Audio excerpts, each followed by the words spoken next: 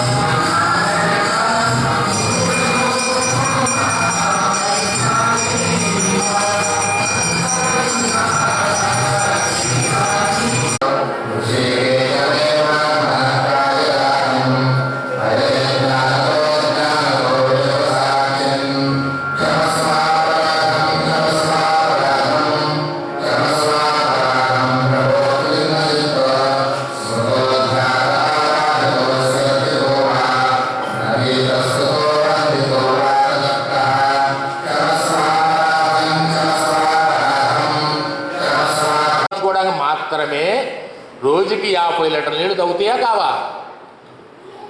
ఒక్కసారి స్నానం చేస్తే ఒక బకెట్కి ఎన్నమ్మా 15-20 లీటర్లు పడతాయా? 15 లీటర్లు.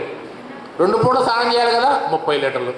కాలకృత్యాలు తెచ్చుకునేటప్పుడు మనం దాన్ని ఏమంటే అది ఒకేగా 5 లీటర్ల నీళ్ళు పోతాయి.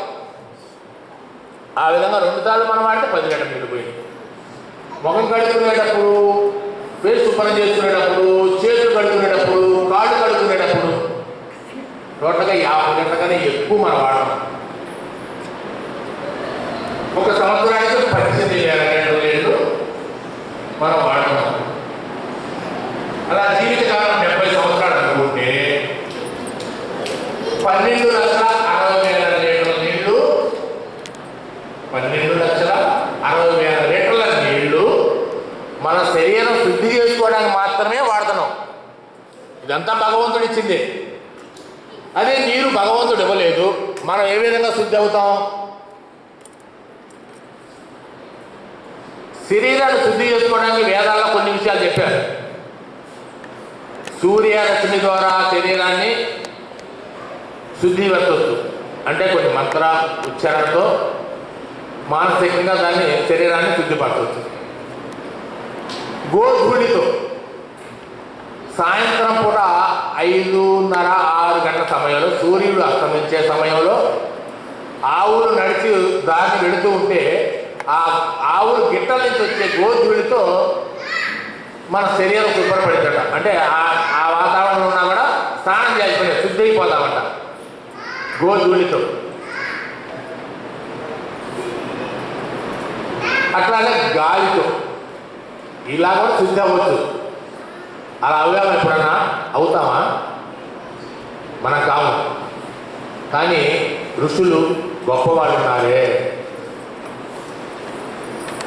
జ్ఞానం కలిగిన వాళ్ళు అవుతారు. వాళ్ళు రోజు స్నానం చేయడానికి నీళ్లు పక్కనే ఉండవు, రోజు ఆహారం తినడానికి వండి పెట్టే పాత్రలో ఉండవు, పొదుగులు తాగడానికి నీళ్లు ఉండవు. వాళ్ళు లంబిక ఆసనం అని ఒక ఆసనాన్ని తీసుకుంటారు. నోట్లో రోజు మొత్తం మీదకి 1-2 బొట్లు అమృతాన్ని శిరస్త్రం నుంచి అంగిట్లో పడుతుంది. ఆ రకమైనటువంటి విద్య ఉంటుంది వాళ్ళ దగ్గర. అలా కూర్చొని సంవత్సరాల తరబడి ధ్యానం చేస్తూ ఉంటారు. వాళ్ళకి తెలియదు సంవత్సరాలు గడిచిపోతున్నాయి, కానీ జీవించే ఉంటారు. వాళ్ళు ఎప్పుడన్నా బయటకు వచ్చినప్పుడు వాళ్ళు మాత్రమే గాలిని తీసుకొని శుద్ధిపడతారు, నీటితో ద్వారా శుద్ధిపడతారు, సూర్య భగవాన్ కిరణాల ద్వారా శుద్ధిపడతారు. వాళ్ళు, మనం కాదు. మనకి శుభ్రంగా స్నానం చేయాలి, సబ్బు పెట్టి నీట్గా సబ్బుతో స్నానం చేస్తే మనకు శుద్ధి అయినట్టు. మరి ఈ రకమైనటువంటి అవకాశాన్ని భగవంతుడు మనకి రోజుకి 50 లీటర్ల నీళ్లు మన శరీరాన్ని శుద్ధి చేయడానికి ఇస్తుంటే, మనం పుట్టిన కాడి నుంచి గిట్టేంత వరకు 12,60,000 లీటర్ల నీళ్లు మనం శుద్ధి అవ్వడానికి భగవంతుడు ఇస్తుంటే, ఏ రోజన్నా భగవంతుడిని ఆ రకంగా అయ్యా నాకు పుట్టిన కాడి నుంచి గిట్టేంత వరకు నాకు స్నానం చేయడానికి శుద్ధి అవ్వడానికి ఇంత నీరు నాకు సమకూర్చారు, మీకు ధన్యవాదాలని ఎప్పుడైనా చెప్పామా? చెప్పం.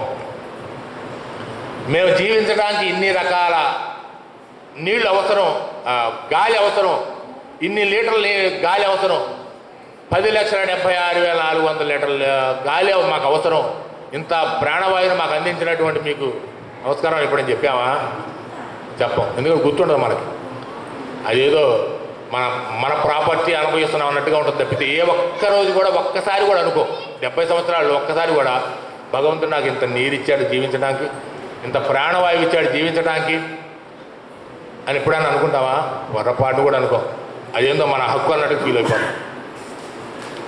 మరి భగవంతుడు రుణపడి ఉంటాం కాదా? మరి ఎన్ని జన్మలు తీసుకోవద్దా? పాపపుణ్యాలు మనం మొయ్యొద్దా? అందుకే 84 లక్షల జీవరాశుల్లో మానవుడు పుట్టి గిట్టాల్సిన పరిస్థితి వచ్చింది. అలానే మనం ఇంకొక విషయం ఏంటంటే,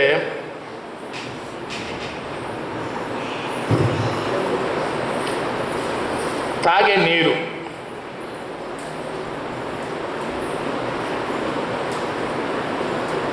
రోజుకి 5 లీటర్ల నీళ్ళు కూడా మనం మినిమం తాగుతాం. రోజుకి 5 లీటర్ల నీళ్లు తాగుతూ ఉంటే నెలకి 1,500.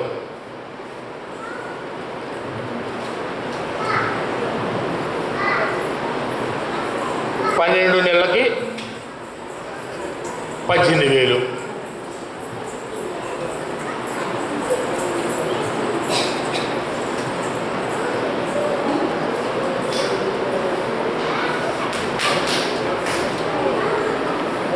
ఒక 70 సంవత్సరాలకు వచ్చేసరికి మన పుట్టింగాడి గిట్టేంతవరకు 12,60,000 తాగునీరు.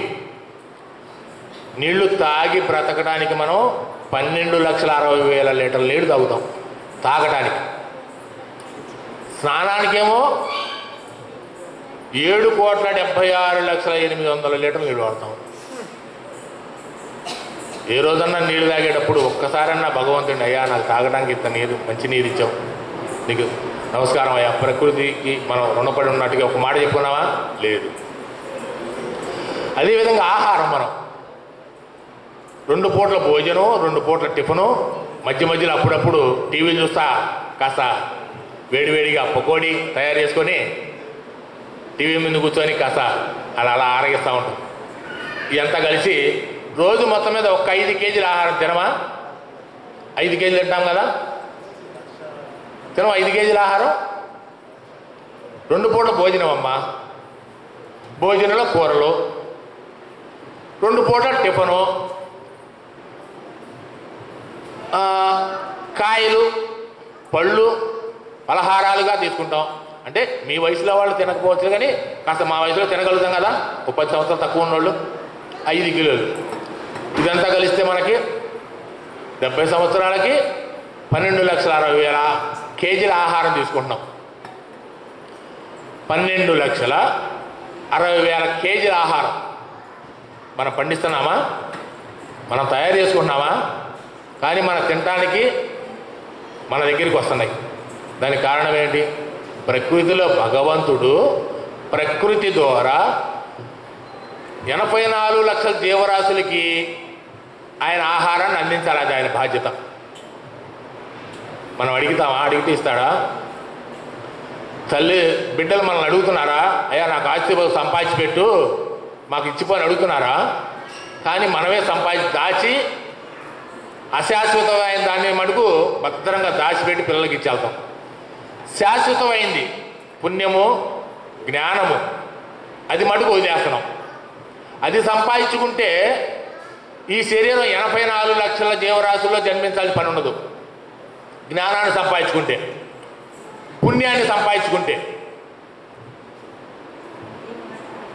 ప్రకృతికి రుణపడి లేకపోతే 84 లక్షల జీవరాశుల్లో జన్మించాల్సిన అవసరం లేదు. ప్రకృతికి రుణపడి ఉండటం వల్ల ఆ రుణం తీర్చడం కోసం 84 లక్షల జీవరాశుల్లో జన్మిస్తున్నాం తప్పితే, ప్రకృతికి రుణం లేకపోతే 84 లక్షల జీవరాశుల్లో మనం జన్మించాల్సిన అవసరం లేదు. మనకి ఆ కౌంట్ తగ్గిపోద్ది. ఎప్పుడు? ప్రకృతి రుణం తీర్చుకున్నప్పుడు. ప్రకృతి రుణం ఏ విధంగా తీరిద్ది? జపతపాదుల వల్ల, హోమ క్రతువుల వల్ల, దాన ధర్మాల వల్ల, కాస్త దయాగుణం వల్ల, పాప ప్రీతి వల్ల,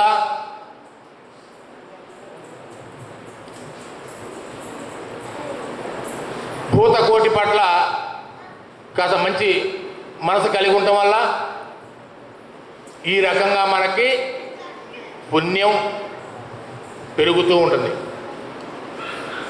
అంటే అన్ని జన్మలో ఎత్తాల్సిన పని లేదు. ఆ తర్వాత 10వ తరగతి పాస్ అయిన తర్వాత 9కి పోవాల్సిన పని లేదు కదా, 11కి రావాలి, అంటే ఇంటర్లో రావాలి. అట్లానే కాస్త పుణ్యాల లెవెల్స్ పెరిగిన తర్వాత మనకి ఏంటంటే కాస్త జ్ఞానం వస్తుంది. నెక్స్ట్ జ్ఞాన సంపన్నమైనటువంటి కుటుంబంలో మీలాగా జీవిస్తారు. అంటే ఇప్పుడు అంతా మీరు జ్ఞానవంతమైన కుటుంబంలో జ్ఞానాన్ని సంపాదించుకునేటువంటి స్థానంలో పుట్టారు, దాన్ని సంపాదించుకున్నారు. గ్రామంలో వేల మంది ఉన్నారు కదా, ఈ గ్రామంలో వేల మంది ఉన్నారు. చిలకలపేట గ్రామంలో లక్షల మంది ఉన్నారు. వచ్చారా? లేదు. మీరు మాత్రమే ఒక దీక్ష తీసుకొని ఆ దీక్ష ద్వారా మీరు తరిస్తూ మీ కుటుంబంలో ఉన్న వారిని అందరూ తరింపజేస్తూ మీ ద్వారా సమాజానికి సంఘానికి ఒక ఆలోచన కలిగిస్తున్నారు. అంటే ఒక మెసేజ్.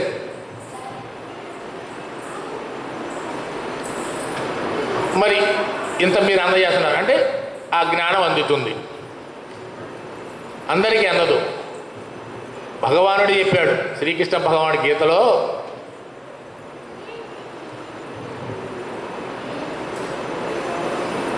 ఎంతోమంది ఆయన్ని పూజిస్తూ ఉంటారంట.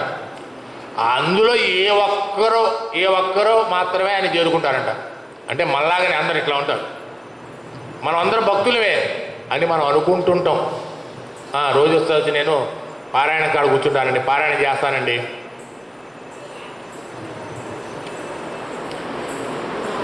ఆత్మ నిశ్చలమైతే పరమాత్మ నిశ్చలమౌనురా. నీ ఆత్మ నిశ్చలమైతే పరమాత్మ నిశ్చలమౌనురా. ఏటికి వంపులు ఉన్నవి కానీ నీటికి వంపులు ఉన్నాయా? ఏటికి వంపులు ఉన్నాయి, నీటికి లేవుగా. ఏరు ఎట్టా ఉంటుంది, నీరు కూడా ఎట్టా ఉంటాయా? కాదు, ఏరు ఒకటే వంపులుగా ఉంటుంది. ఏటి వంటిదే నీ ఆత్మ, నీటి వంటిదే పరమాత్మ. ఆత్మ నిశ్చలమైతే పరమాత్మ నిశ్చలమౌనురా.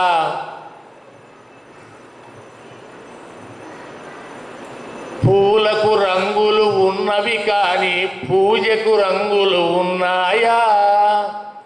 పూలు, రకరకాల పూలు, వందల రకాల పూలు, ఎన్నో రకాల పూలు, పూలకు రంగులు ఉన్నాయి, పేర్లు ఉన్నాయి. పూజకి రంగులు ఉన్నాయా? పూజ వంటిదే పరమాత్మ, పూల వంటిదే నీ ఆత్మ. ఆత్మ నిశ్చలమైతే పరమాత్మ నిశ్చలమౌనురా. మన ఆత్మ ఇప్పుడు నిశ్చలంగా ఉండాలి, భగవంతుడిపై విశ్వాసం కలిగి ఉండాలి, భగవంతుడి మీదే ఆలోచన కలిగి ఉండాలి. ఆ తర్వాత కుటుంబం, మనకు కొన్ని బాధ్యతలు ఉన్నాయి, మనం సరస్సులేదు, కుటుంబ వ్యవస్థలో ఉన్నాం. కుటుంబంపై వస్తే కావాలనేటువంటి న్యాయం చేయాలి. మనం నమ్ముకొని ఒక ఆయన వివాహం చేస్తున్నారు, ఆడ కావాల్సిన న్యాయం చేయాలి. మన ద్వారా ఒకరిద్దరు బిడ్డలు కలిగి ఉన్నారు, వారిని పెంచాలి, పోషించాలి, వారిని ఉన్నతమైనటువంటి స్థానం నీ బాధ్యత మనకి ఉన్నాయి కనుక సరసించకూడదు. మన యజ్ఞం ఏంటంటే మనం తీసుకున్న బాధ్యత మన యజ్ఞం. ఇప్పుడు ఈ సందర్భాలను యజ్ఞయాలు క్రతువు చేయదు కానీ పొద్దుగూరు యజ్ఞయాలను మన కుటుంబ మనం చేయాల్సిన అవసరం లేదు. మనకి యజ్ఞయాలు ఏదైతే కుటుంబ వ్యవస్థకి వారు తీసుకున్న న్యాయానికి వారు న్యాయం చేయరు, కుటుంబానికి న్యాయం చేయరు, బిడ్డలకు న్యాయం చేయరు, భర్త పట్ల ప్రేమాభావాలు కలుగుతాం, అత్తమామ పట్ల ప్రేమాభావాలు కలుగుతాం, అత్తమామ తల్లిదండ్రులకు భావించుకోవడానికి సెలవు చేయడం, తద్వారా పిల్లలను చూసి మంచిగా వాళ్ళు మా తల్లిదండ్రులు మా తాత ఆయన తల్లిదండ్రులు బాగా చూస్తున్నారు, మా తల్లిదండ్రులు మేము బాగా చూసుకోవాలి. మనం ఇస్తే వాళ్ళకి వాళ్ళు కూర్చోలేదు అంటే ఆ సంస్కారం మనం అందించాలి, వాళ్ళు చేసేది ఆ సంస్కారం మనం అందించుకుంటాం. తల్లిదండ్రులని దూరంగా పెట్టేసి మనం కూడా ఆనందంగా జీవిస్తా, కాలంలో జీవితా, మంచి నగరాలు బ్రతుకుతా ఉంటే రేపు మన పరిస్థితి ఏంటి? మన బిడ్డలు మనం అడగట వాళ్ళు వెళ్ళిపోతారు. వాళ్ళకి ఏమందిస్తున్నాము? సంస్కారాన్ని మాత్రమే అందించాలి. సంస్కారం మాత్రమే మనిషిని ఉన్నత స్థితి చేస్తాయి కానీ సిరి సంపదలు కావు. సిరి సంపదల ద్వారా ఎవరు కూడా ఉన్నతానికి అవ్వలేదు. టాటా బిర్లా కానివ్వండి, ఇప్పుడు రిలయన్స్ కంపెనీ కూడా ఉన్నారు, కుబేరు ఇప్పుడు కుబేరు అంటారు, మొత్తం కోల్పోయారు. కనుక సిరి సంపదలు ఎప్పుడు మంచి ఉన్నతాన్ని చేస్తారు. ఒక జ్ఞానం మాత్రమే, సంస్కారం మాత్రమే స్థాయి తెలియదు. అదే అందించాలి. తల్లి బాధ్యత ఏంటంటే అందించడం. ప్రకృతి రుణం తీసుకోవడం అంటే ఎన్ని ఎలా క్రతువు చేసి మగవాళ్ళు కనిసించడానికి కాదు. కుటుంబ వ్యవస్థని రోజులు కుటుంబ ధర్మాన్ని పాటిస్తూ కుటుంబంలో ఏ రకమైనటువంటి నైతిక విలువలు కలిగి ఉండాలి. నా బాధ్యత నా తల్లిదండ్రులు త్యాగం చేశారు, నా తల్లిదండ్రులు నాకు తెలుసుకోవాలి. నన్ను భార్య నా ఇంటికి వచ్చింది, నేను ఎన్ని కష్టాలు పడేసరికి నా భార్య ఇబ్బంది కాకుండా నా భార్య చూసుకోవాలి. నా కష్టం నా భార్య కష్టం ఏంటి? ఆయన బయటకు పోయి ఇబ్బంది తప్పులు పడేశారు, ఆయన ఉద్యోగానికి సమయానికి నేను కావాల్సిన సమకూర్చాలి. ఇంట్లో ఉండే బిడ్డలు తల్లి పోషి సమకూర్చాలి, వాళ్ళకి కావాల్సినటువంటి జ్ఞానాన్ని అందించగలరు.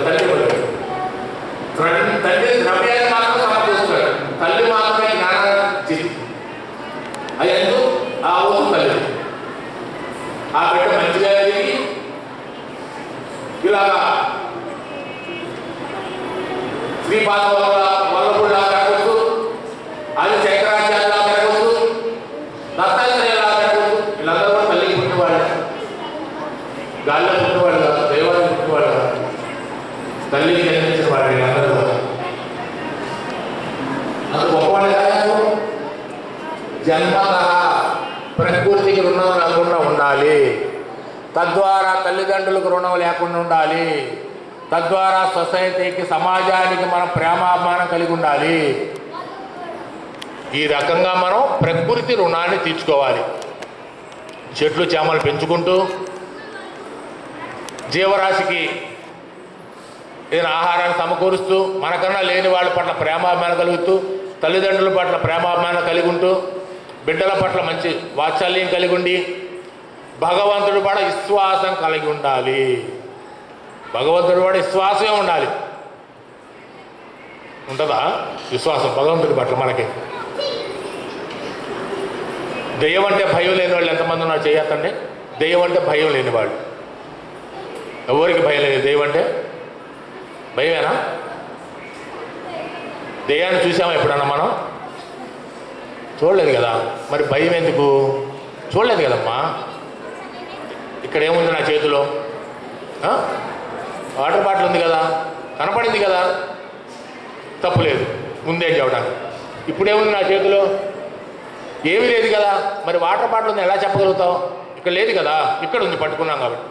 ఇక్కడ లేదు, మరి ఎట్లా చెప్తావు దెయ్యం ఉంది అని? ఎవరన్నా చూసామా? ఎందుకు భయం? భయమే అజ్ఞానము.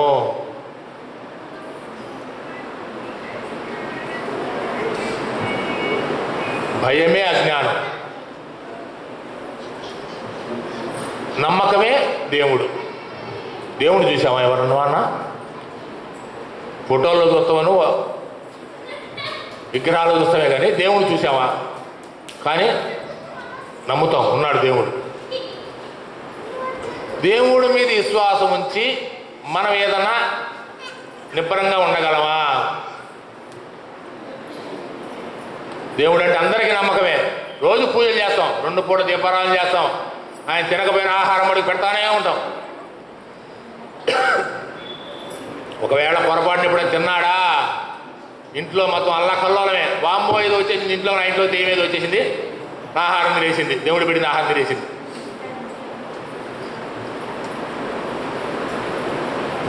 దెయ్యం కనపడదు కానీ భయం అడుగు హృదయంలో ఉంటుంది.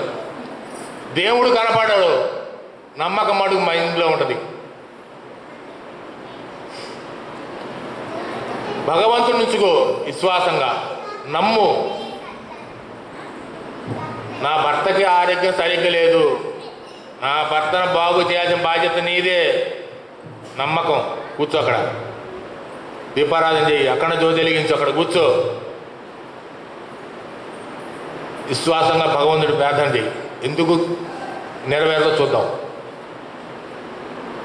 ఏదా విశ్వాసం మన దగ్గర? మన దగ్గర విశ్వాసం ఏది చెప్పి చేయగలం? ఆ విధంగా భగవంతుడి మీద నమ్మకం పెట్టి హాస్పిటల్ పోకుండా ఎక్కడ మనం ఇంట్లో భగవంతుడు అంటే విశ్వాసం ఎక్కడ మనకి?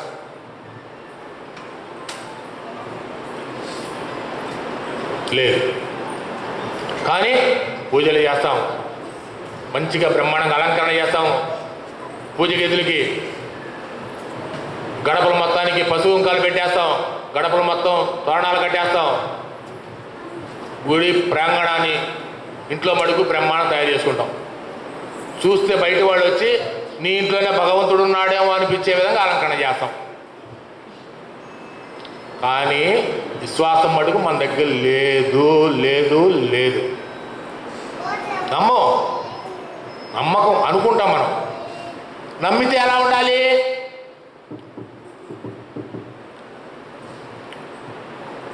సావిత్రి మహా తల్లి తన భర్తని అపహరించకపోయేటువంటి యమధర్మరాజు అమ్మిడి పడి మళ్ళీ ఆయన ప్రాణాలు తెచ్చుకుంది. నమ్మకం అంటే అది. భర్తపై ప్రేమ అంటే అది. అంటే అంత మనకు అవసరం లేదు, కనీసం నమ్మకం. చిన్న బాధలు ఇంట్లో బిడ్డలకు బాగలేదు, ఏం చేయొద్దు. ఒక్క దీపరాజు భగవంతుడు మనం నమ్మేది, భగవంతుడు మనకు అన్యాయం చేస్తాడా? న్యాయం చేయడు.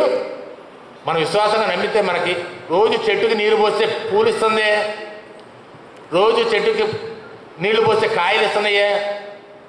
భగవంతుడు మనకి ఇవ్వడు. ఆ నమ్మకం మన దగ్గర ఉన్నదా? ఆ విశ్వాసం ఉండాలి, ఉంచుకోవాలి. ఆ విశ్వాసంతోనే జీవించాలి, ఆ విశ్వాసంతోనే భగవంతుడు ప్రార్థించాలి. స్వామి మా మనవడు దేవుడా, మా మనవడు చదువుకున్నాడు, ఆయన పాస్ అయ్యేదాడు చూడు, ఫస్ట్ క్లాస్లో పాస్ అయ్యేదాడు చూడు. మా మనవరాలకి మంచి సంబంధం దొరకలేదు, మంచి సంబంధం దొరికితాడు చూడు, అదే ఆ భగవంతుడి పని. నీ కొడుకులు కూతుళ్ళు చదువుకోకపోతే ఆయన ఫస్ట్ క్లాస్లో పాస్ చేసే పని ఆ దేవుడిది. ఇంట్లో మన బిడ్డలకి ఏదైనా మంచి సంబంధం దొరకాలంటే భగవంతుడితో పని. వాళ్ళకి ఏదైనా కష్టం వస్తే నేను ఎన్ని పూజలు చేస్తానో భగవంతుడు ఆడున్నాడు నాకేం చేశాడు అనే కానీ అంటాం, అవునా లేదా? అయిందా పని? నీ పిల్లలు చదువుకోని ఉన్నత స్థాయికి రావడం వాళ్ళది, ఆ జ్ఞానాన్ని వాళ్ళకి నువ్వు అందించాలి. ఉన్నత స్థాయి రావడానికి నీవు అందించే జ్ఞానం బట్టి వాళ్ళు ఉన్న స్థాయికి వస్తారు. ఇంట్లో నీకు మంచి మనవడికో మనవరాడికో మంచి సంబంధం రావాలంటే మన కర్మ ఫలాన్ని బట్టి, వాళ్ళ చేసిన కర్మ ఫలాన్ని బట్టి వాళ్ళకి మంచి సంబంధాలు ఏర్పడతాయి. భగవంతుడి బాధ్యత, ఆయన దాని కారకుడు. మనం 4 బిల్డింగులు కట్టించినా, మన ఇంటి పక్కన పూరి గుడిసెలో ఉన్నా భగవంతుడిదా, ఆయన దాని కారకుడు. నేను 4 బిల్డింగులు కట్టడానికి నా పక్కన వాడు పూరి గుడిసెలో ఉన్నాక ఆయనదా బాధ్యుడు? ఆయనదా? మనది. మన కర్మ ఫలాన్ని బట్టి మనకు వచ్చే స్థితిగతులు ఆ విధంగా ఉంటాయి. ఆయనకి సంబంధం లేదే, నువ్వు ఏ స్థాయిలో ఉన్నా ఆయన సంబంధం లేదు. పూరి గుడిసెలో ఆయన సంబంధం లేదు, నువ్వు తిన్న ఆయన సంబంధం, తినకపోయిన సంబంధం లేదు. ఎందుకంటే నీకు కావాల్సిన సమకూర్చి పెట్టాడు, అవి అన్ని పుచ్చుకోవడం నీ బాధ్యత. అది ఆయన ఏదైనా సమకూర్చకపోతే, అయ్యా గాలి నేనాడ సంపాదించుకుని నా వల్ల కాదు నువ్వు ఇయ్యా అని అడగచ్చు. అన్నీ ఇచ్చాడు. మానవుడు సంపాదించుకోలేని ప్రతి ఒక్కటి, మానవుడు బ్రతకడానికి కావాల్సిన ప్రతి ఒక్కటి భగవంతుడు ఇచ్చాడు. ఎక్కడి నీళ్లు? సముద్రం నీళ్లు పైకి ఎలా వెళ్తాయి? ఎవరు తీసుకెళ్తున్నారమ్మా? మన ఇంట్లో పైన ట్యాంకీకి నీళ్ళు రావాలంటే కింద మోటార్ వేయాలి. ఏ మోటార్ వేస్తే నీళ్ళు వెళ్తున్నాయి పైకి? ఎవరు వేస్తున్నారు మోటారు? వెళ్తున్నాయా నీళ్లు పైకి? ఆ మేఘాలతో కావాల్సిన దాడికి వచ్చి వర్షిస్తున్నాయా? కావాల్సిన పంటలన్నీ పండుతున్నాయా? మానవ కోటికి కాక 84 లక్షల జీవరాశికి కావాల్సిన ఆహార పదార్థాలు భగవంతుడు నీటి ద్వారా మనం సమకూరుస్తున్నాడా లేదా?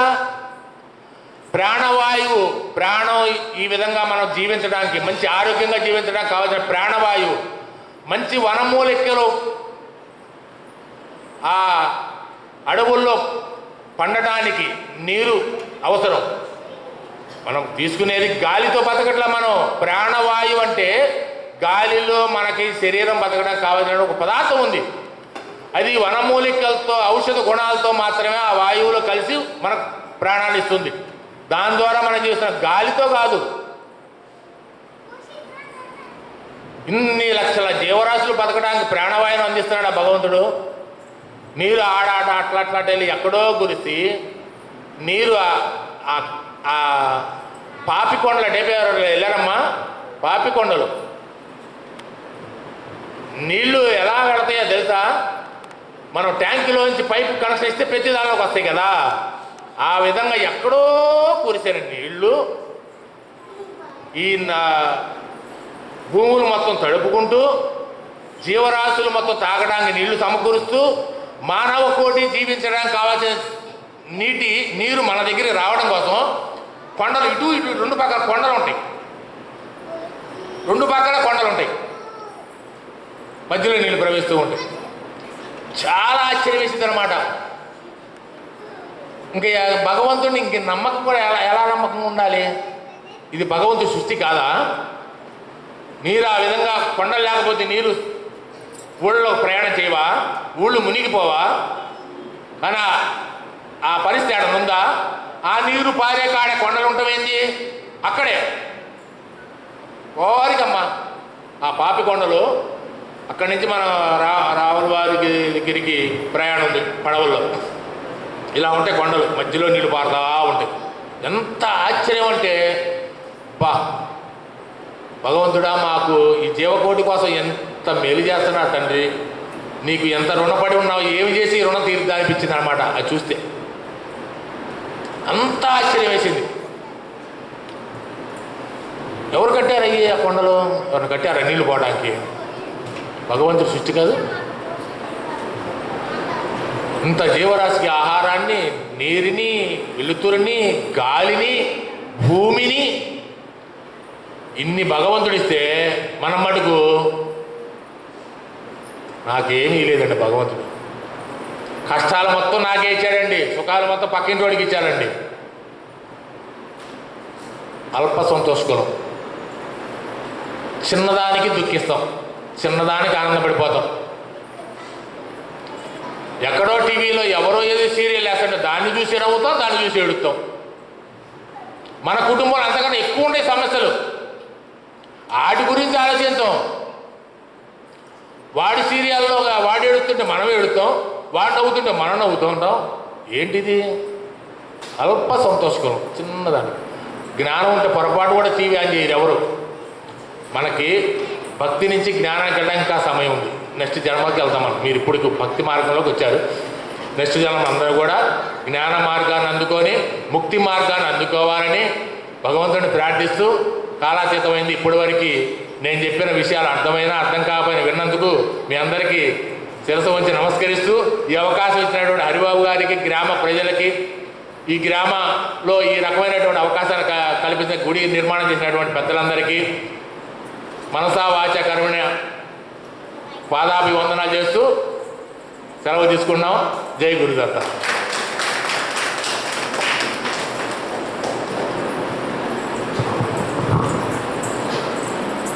నేను మీతో మాట్లాడడానికి నాకు మాట రావు, నేను చదువుకోలేదు.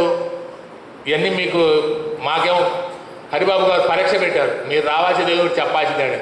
అసలు ఎప్పుడూ చెప్పలే, ఎక్కడ చెప్పలే. నేను ఇట్లా ఉపన్యాసాలు అనేది ఇట్లా తెలియదు నాకు. ఉండాలి, కష్టానికి జ్ఞానం ఉండాలి కదా. అది చదువు ద్వారానే వచ్చింది. అది అయితే చదువు ద్వారానే కాదు, సంస్కారం ద్వారా,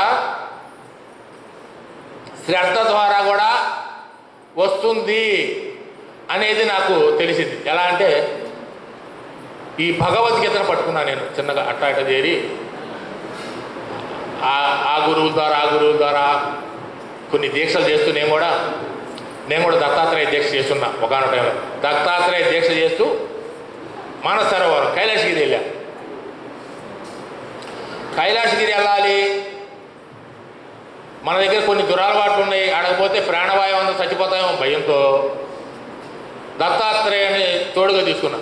నాయన నువ్వే నాకు రక్ష, నాకేం తెలియదు. అలా పోయే అవకాశం నాకు వచ్చింది. నా తల్లిదండ్రులు చేసిన పుణ్యం వల్ల నాకు అవకాశం. మా తల్లిదండ్రుల అంత పుణ్యం చేశారు, వాళ్ళు ఏ సుఖాలు అనుభవించాల, ఆ సుఖాలు మొత్తం నాకు ఇచ్చారు.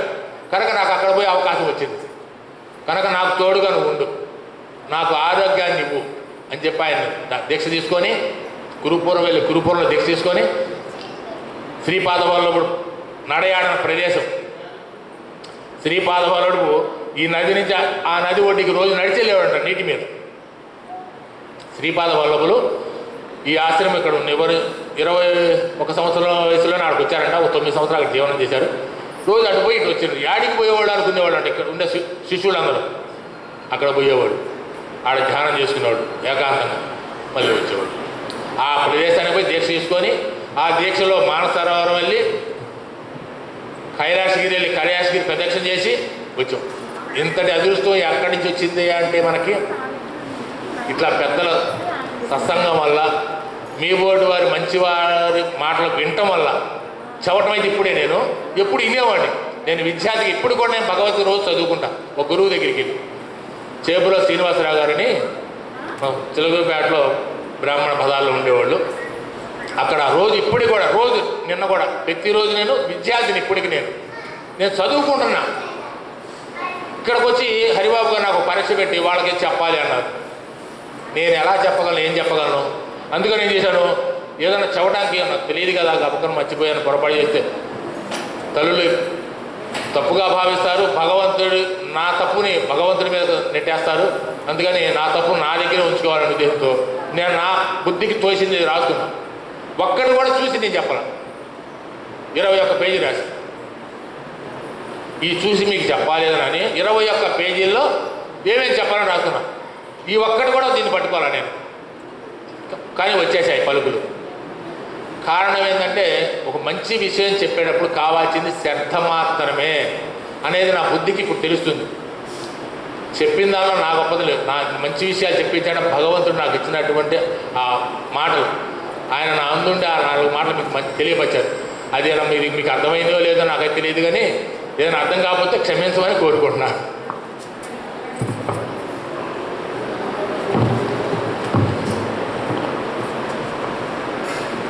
థ్యాంక్ యూ అండి నాగకృష్ణ గారు, చక్కగా చెప్పారు. మనం ప్రకృతిని కాపాడుకోవాలి. ప్రకృతికి మనం ఎంతో రుణపడి ఉన్నాం. ప్రకృతిని మనం కాపాడుకోవాలి. గాలి, నీరు, పశుపక్షాదులు వీటన్నిటిని మనం రక్షించుకోవాలి. వీటన్నిటిని రక్షిస్తే మనకి ఆరోగ్యం ఉంటుంది. ఆరోగ్యం ఉంటేనే మనం ఇక్కడికి వచ్చి కూర్చోగలం. ఇప్పుడు ఎంతోమంది అనారోగ్యంతో ఉండి ఇక్కడికి రాలేకపోయిన వాళ్ళు కూడా చాలామంది ఉన్నారు, బాధపడుతూ రాలేనయ్యా, కూర్చోలేనయ్యా, నడవలేనయ్యా అంటూ. సో అది ఎక్కడి నుంచి వస్తుంది? మనకు ఆరోగ్యం. ఇవన్నీ రక్షించుకుంటే మనకు ఆరోగ్యం వస్తుంది. ఎట్లా రక్షించుకోవాలి? పశుపక్షాదులు పోషించుకోవాలంటే ఎట్లా? మనకు చేతనైనంతలు. అబ్బా, గోశాలకు పోవాలి, గోవులు పోవాలి, ఓపికంటే గోశాలకు పోవాలి, గోవులు రక్షించుకోవాలి. వాటికి కావాల్సిన గ్రాసం మనం అందజేస్తూ ఉండాలి. వెళ్ళలేవా? మన ఇంటి ముందుకే గోవు వస్తున్నది. ప్రతిరోజు ఆల్మోస్ట్ ప్రతి ఇంటి ముందుకి గోవు వస్తున్నది. ఆ గోవుకి అప్పటికప్పుడు మన లోపలికి వెళ్ళి ఏ అరటిపండు లేదా ఓ బెల్లం ముక్కో ఏదో ఒకటి తీసుకొచ్చి అందించినా కూడా అది కూడా పుణ్యమే. ఇట్లా సరే, పశుపక్షాదులు ఈ విధంగా రక్షించుకుంటాము. మరి నదులు రక్షించుకున్నట్ట అంటే డ్యాములు కట్టాలా? కట్టక్కర్లేదు. మరి ఎట్లా రక్షించుకోవాలి? మన ఇంట్లో నీరు మనం పొదుపు చేసుకోవాలి. ఎక్కడ ఒక్క చుక్క కూడా వేస్ట్ కాకూడదు. అంటే మన ఇంట్లో దాదాపు ఒక 20-25 ట్యాపులు ఉంటాయి. ప్రతి ఒక్క ట్యాపు చక్కగా ఉందో చూసుకోవాలి, ఎక్కడ వేస్ట్ కాకూడదు. ఇంకోటి శాస్త్రం కూడా ఏం చెప్తున్నదంటే, అట్లా ఎక్కడైతే ఒక్కొక్క డ్రాప్ పడుతూ ఉంటుందో మనకి జస్ట్ ఒక డ్రాప్ అంటే వాషర్ లూజ్ అయితే ఒక్కొక్క డ్రాప్ పడిపోతుంటుంది, అక్కడ లక్ష్మీదేవి నిలవదుట. అది కూడా శాస్త్రం చెప్పింది. అది చెప్పినప్పటి నుంచి నేను ప్రతి ఒక్క ట్యాప్ ఎత్తుక్కొని బాగు చేసుకుంటున్నా. సో అట్లా ఒక్క డ్రాప్ కూడా వేస్ట్ చేయకూడదు. బాగానే ఉంది అంటే ఇది లక్ష్మీదేవి కోసం, బాగానే ఉంది. మరి నీరు వినియోగంలో కూడా జాగ్రత్తగా వినియోగించుకోవాలి. అవసరమైనంత వరకు పట్టుకోవాలి. మనం పక్కన ఓవర్ హెడ్ ట్యాంక్ నిండిపోతే వెంటనే కట్టేయాలి. ఇంట్లో నీరు అంటే నిన్న పట్టినవి ఇవాళ మళ్ళీ ఫ్రెష్గా పట్టుకోవాలంటే మిగిలి ఉన్నాయి, వాటిని తూములో కాలువలో పారబోయొద్దు. బయటికి వెళ్ళి చక్కగా చెట్లకు పోయండి చక్కగా. ఇట్లా నీటిని కాపాడుకోవాలి. గాలి కలుషితం కాకుండా మన వంతు మేర గాలి కలుషితం కాకుండా మనం చూసుకోవాలి. పశుపక్షాదులు రక్షించుకోవాలి. ఆరోగ్యంగా ఉండాలి. తర్వాత మనం ఆధ్యాత్మిక చింతన చేస్తూ తరించాలని చెప్పారు. చక్కగా చాలా అవసరం మనకి. చక్కగా వివరించారండి. థ్యాంక్ యూ అండి.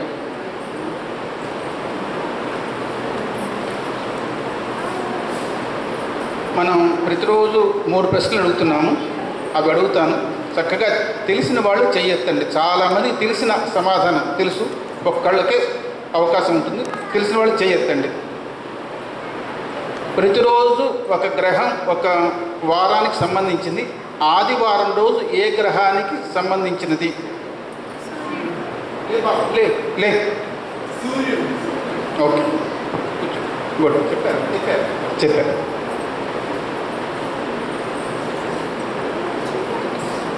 శ్రీకృష్ణుని గురువు గారు చెప్పగలరా? శ్రీకృష్ణుడు గురువు. అమ్మాయి అన్నీ నీకే వస్తున్నాయి, చెప్పండి. సాందీపుడు.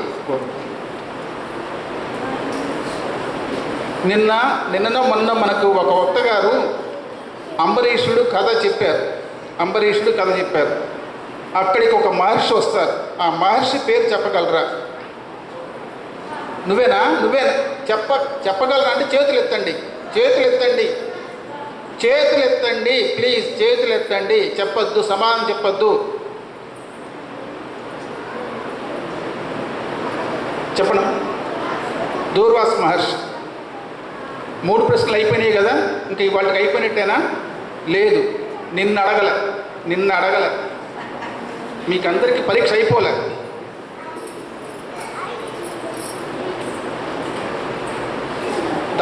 శ్రీపాద శ్రీవల్లభుడి చరిత్ర చదివాం మనం, బాగానే తెలుసు. ఒక బ్రాహ్మణుని దొంగల బారి నుంచి దొంగలు చంపేస్తే తిరిగి బతికిచ్చారు శ్రీపాదుడు అవధూత రూపంలో వచ్చి. ఆ బ్రాహ్మణుడి పేరు చెప్పగలరా? ఏమండి చెయ్యొద్దండి, లేవండి, లేచి చెప్పండి. వల్లభేసులు. గ్రామం పేరు చెప్పగలరా? మీరు వెళ్ళొచ్చారు. మంతెనగఢ్ మంతెనగఢ్ కురుపురం దగ్గరలో ఉంటుంది. మంతెనగఢ్.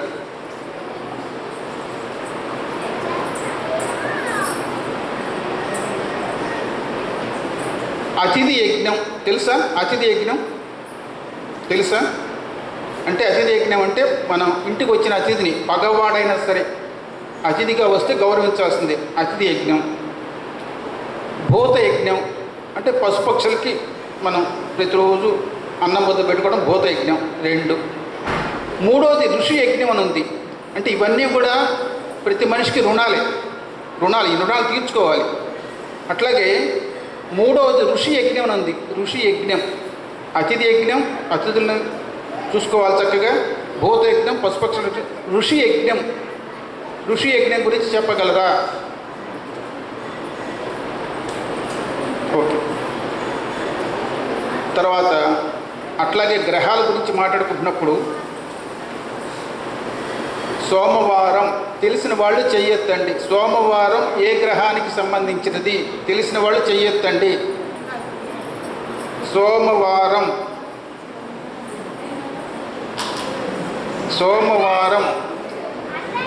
రాజేశ్వరి తెలుసమ్మా? చెప్పండి లేవండి.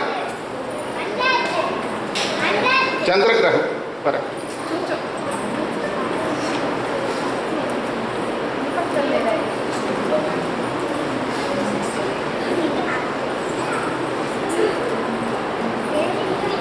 నిన్న 2 రోజుల క్రితం ప్రవచనంలో మన వాసుదేవానంద సరస్వతి టెంబేస్వామి వారు ఒక గ్రంథం రాశారు. ఆ గ్రంథం నుంచే మనకి ఈ గురు పరంపర అంతా తెలిసిందన్నారు. ఆ గ్రంథం పేరు దాంట్లో నుంచి గురు చరిత్ర వచ్చి శ్లోకాల రూపంలో రాశారు.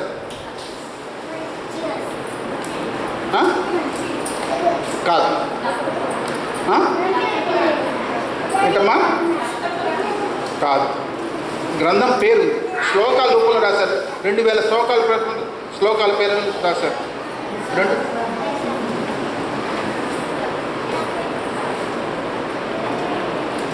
గురు సంహిత ద్విసహస్రి.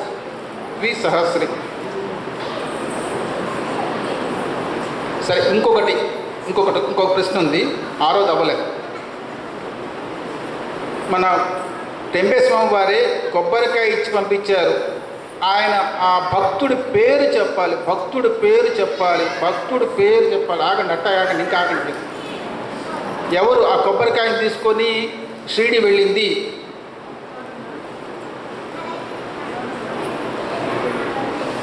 మీరు చెప్పగలరా? చెప్పండి. పుండలీకరావు. టెంబేస్వామి రాజమండ్రిలో ఉండి చాతుర్మాస దీక్ష చేస్తూ కొబ్బరికాయ ఇచ్చి పంపించారు షిరిడి వెళ్తున్న వాళ్ళకి. పుండలీకరావు ఆయన తీసుకెళ్ళి నా మిత్రుడికి అందజేయమంటే ఆయన మధ్యలోనే దాన్ని తినేశారు. బాధపడ్డారు. స్వామివారు అనుగ్రహించారు, ఏం పర్వాలేదని. ఇట్లా 6 ప్రశ్నలు అయిపోయినాయండి.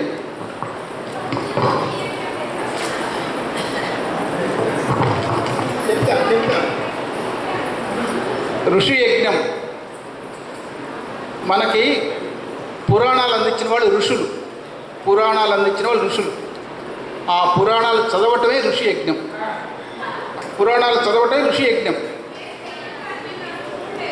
చేయొచ్చావు 2 ఎదురుగా కూర్చోవాలి. ఎప్పుడైనా సరే పక్కన కూర్చోకూడదు. ఎందుకు పక్కన కూర్చున్నారు? సో నిజమే, పక్కన కూర్చోకూడదు. మీరు ఎదురుగా కూర్చోవాలి. ఎప్పుడైనా సరే నిండితే హాలు మొత్తం నిండితే అటు పక్కన కూర్చోవాలి. ఋషి యజ్ఞం అంటే మనం పురాణాలు చదవాలి, జ్ఞానాన్ని తెలుసుకోవాలి, ఆ జ్ఞానంతో మనం ప్రవర్తించినప్పుడు మాత్రం సమాజం బాగుంటుంది, మనం బాగుంటాం. ఇది కూడా ప్రతి మనిషికి ఒక రుణమే, తీర్చుకోవాల్సిన రుణం. ఋషి యజ్ఞం, పురాణాలు, గ్రంథాలు. అంటే పురాణాలు అంటే పురాణమే కాదు, గ్రంథాలు. ఇప్పుడు వీరు ఒక గ్రంథం రాస్తున్నారు, ఆ గ్రంథం చదవచ్చు, వారు రాస్తారు అది చదవచ్చు, ఏదైనా సరే.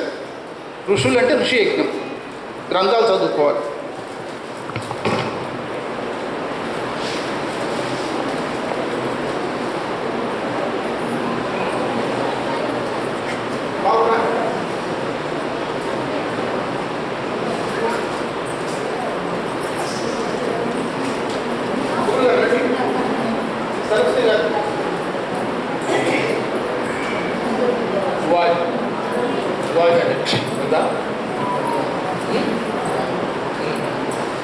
శ్రీగంధం లాంటిది అన్నమాట.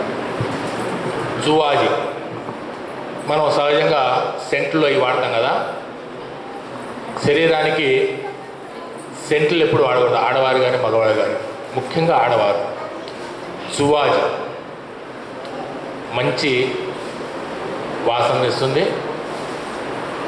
గురువుగారు, అయ్యారు ఒక నిమిషం ఏమైనా సమయం కేటాయించగలరా అంటే తమరి చేతుల మీదుగా తల్లులకి కాస్త పసుపు కుంకుమ ఇస్తారని. జువాజీ దీని పేరు. ఇది కొన్ని షాపుల్లో దొరుకుతుంది. ఇది మంచిది అమ్మా. చాలా ధన్యవాదాలు తల్లి.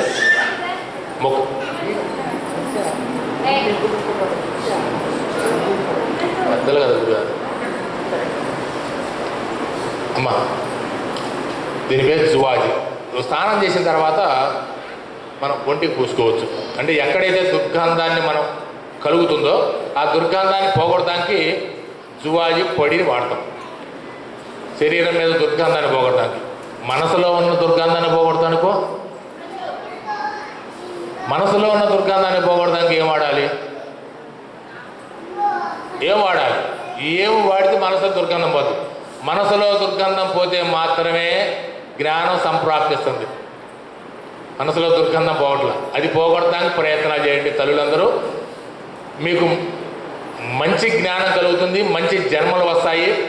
రాబోయే కాలాల్లో ఈ శరీరం వదిలిపెట్టి మళ్ళీ ఆత్మ మంచిగా జీవిస్తుంది.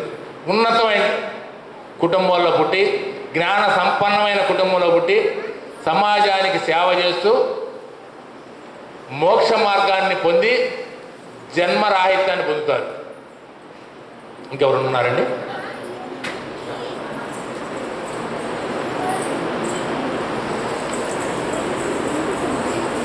తల్లి ధన్యవాదాలమ్మా. అమ్మ జువాజీ పొడి అమ్మ. ఇది స్నానం చేసిన తర్వాత ఇప్పుడన్నా అవసరమైనప్పుడు పూజ కాడికి వాడుకున్నప్పుడు వాడుకోండి. చాలా అద్భుతంగా ఉంటుంది. పొద్దుగులు మనకి భగవంతుడే గుర్తుకొస్తుంటాడు. అది ఒంటి మీద వాసన నచ్చేవు భగవంతుడే గుర్తుకొస్తాడు, ఇంకో రెండోది గుర్తురాడు. అందుకని పూజ కాడినప్పుడు తప్పకుండా జువాజీ పొడి వాడండి. ఇక్కడ ఇతర మతస్థులు కూడా ఉన్నారు. దయచేసి వారు కూడా స్టేజ్ దగ్గర రావాల్సిన ఇతర మతస్థులు రండి అమ్మా, రండి రండి. ఎంతమంది ఉంటే అంతమంది రండి.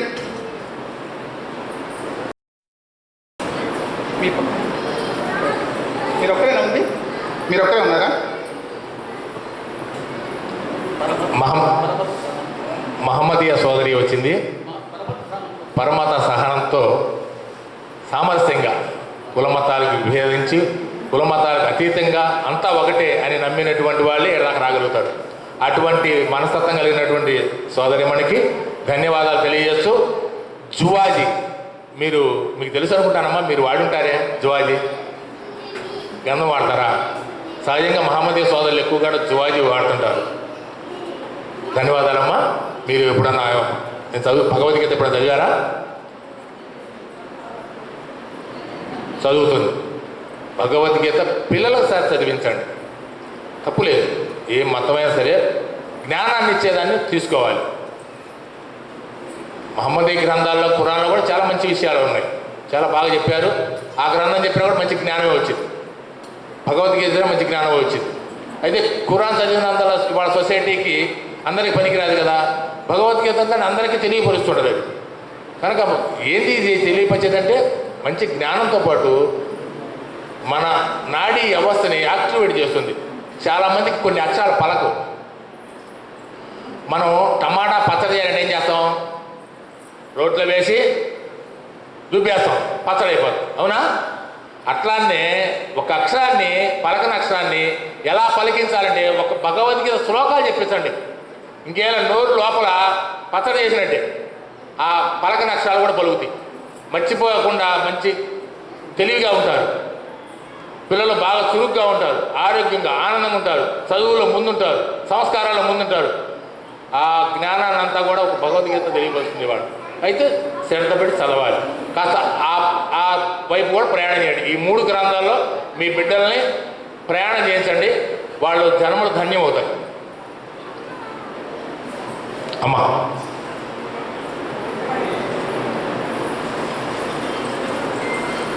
ఈ మొన్న గత సంవత్సరం ఇక్కడికి వచ్చానమ్మా. నేను అన్నదాన చిదంబర శాస్త్రి గారు వచ్చాను, మా గురువర్యులుగా వారిని పలకరిద్దామని వచ్చాను. ఆ సందర్భంలో కుంకుమ గురించి ఏదో 2 మాటలు చెప్పారండి.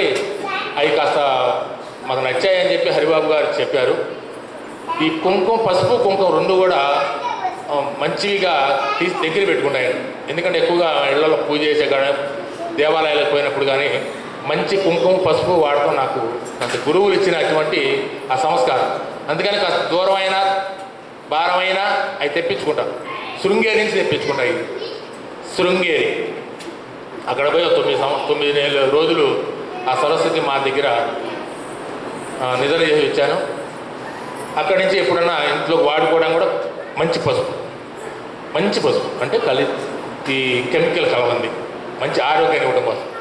మంచి కుంకుమ, చాలామంది తల్లులకి ఏంటంటే వాళ్ళు మంచి కుంకుమ దొరక్క చాలా అంటే కొందరు సమకూర్చుకుంటున్నారు.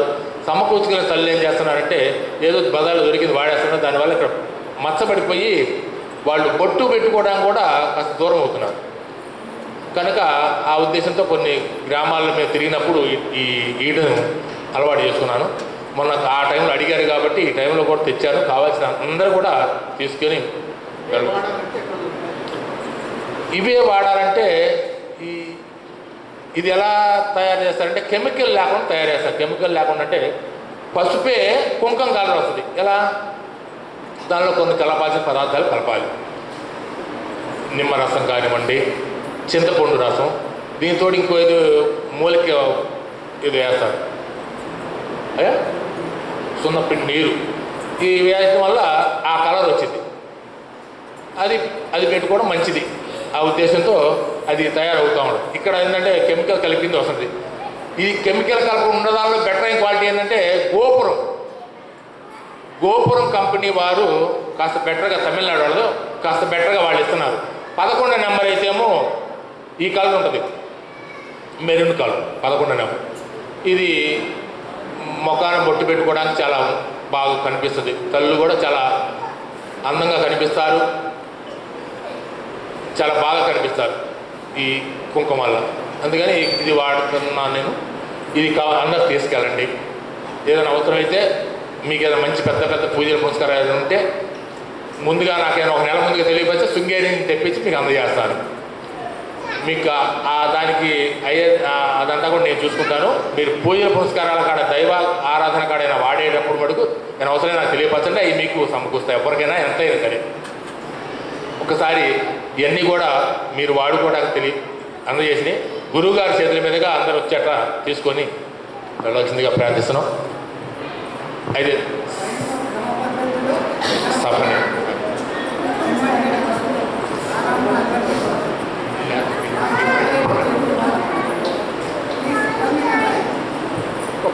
ఒక్క నిమిషం.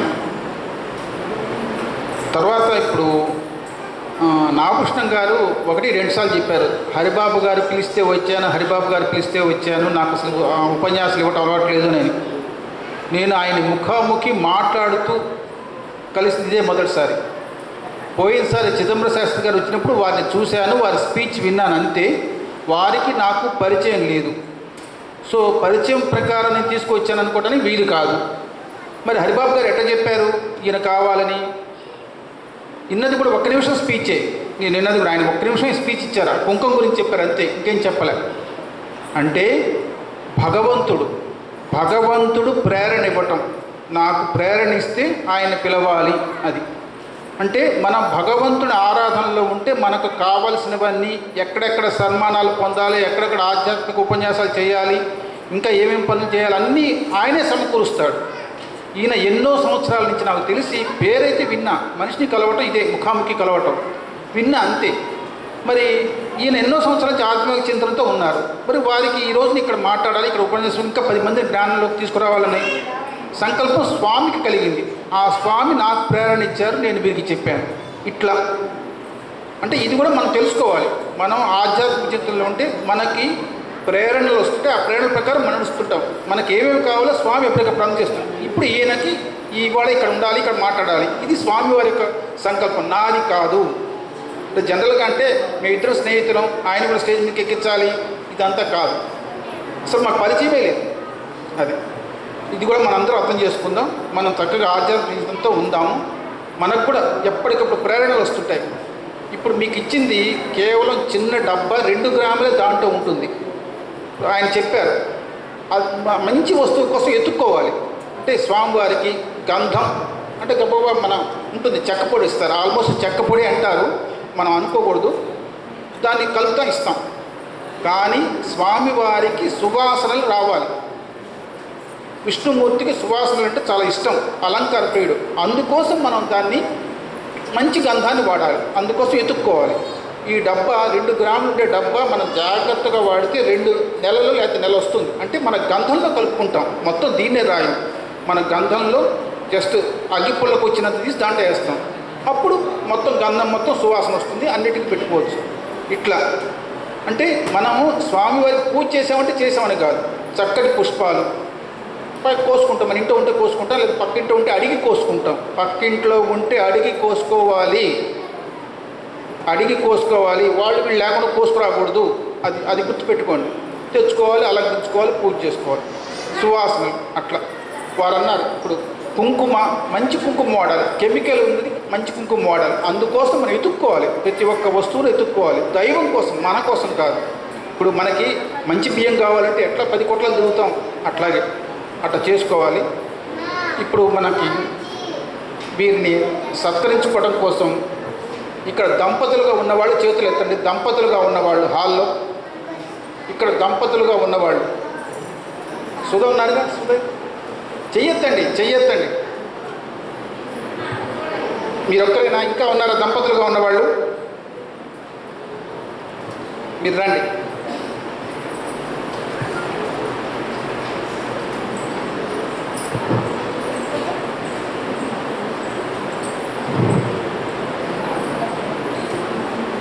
ఇది కూడా వీరికి ఇవ్వాలండి.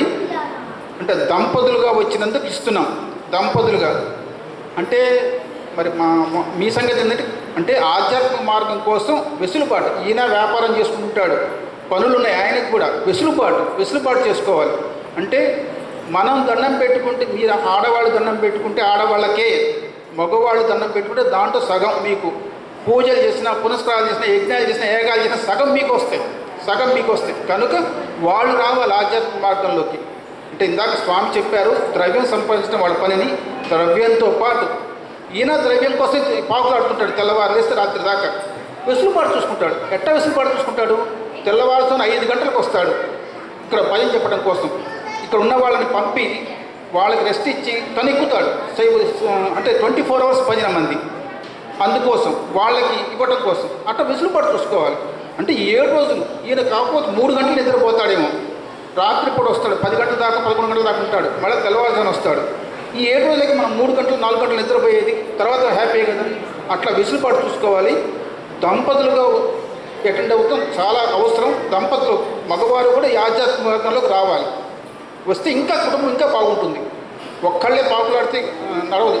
2 ఎడ్లు చక్కగా నడవాలి, 2 ఎడ్లు బండి నడవాలండి. కనుక మీరు కూడా వాళ్ళని కూడా ఆధ్యాత్మిక మార్గంలోకి తండి. వాళ్ళ టైంలో వాళ్ళు వచ్చేట్టుగా ఉండండి.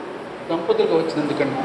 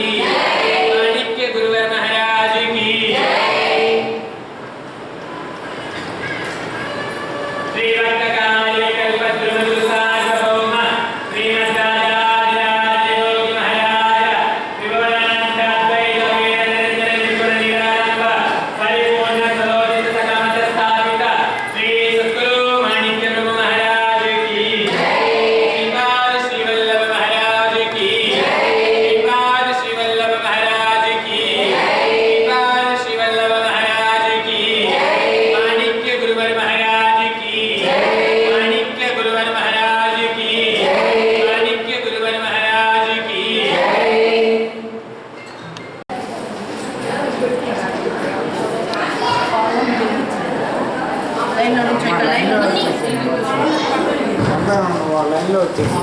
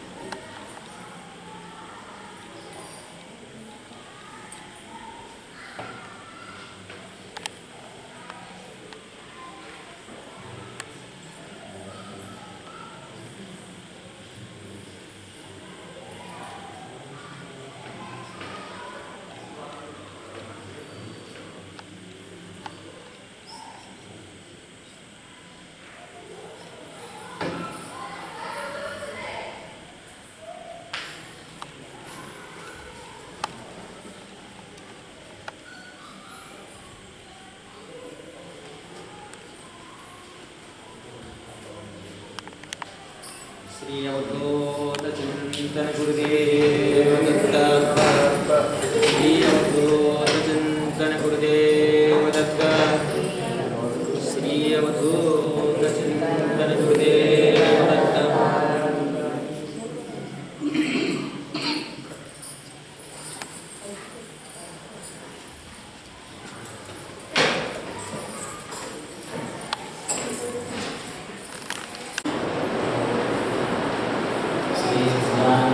Saya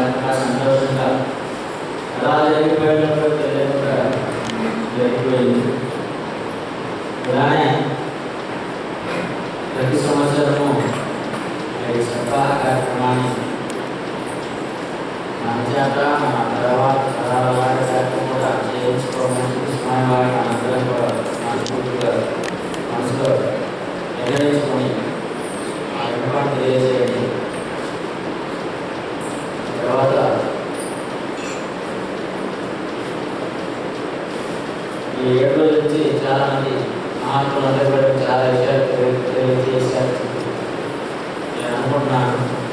కానీ కొత్తగా చెప్పేది ఏం లేదు. కొత్తగా చెప్పేది చెప్తే ఏడో కార్యక్రమం ప్రతి సంవత్సరం చక్కగా సవాళ్ళని అడిగి చేసుకోవాలంటున్నారు గురువు గారు. నా మాట నాకు వినపడలా.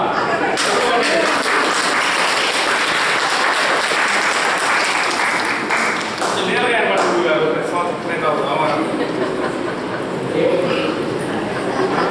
ఎందుకు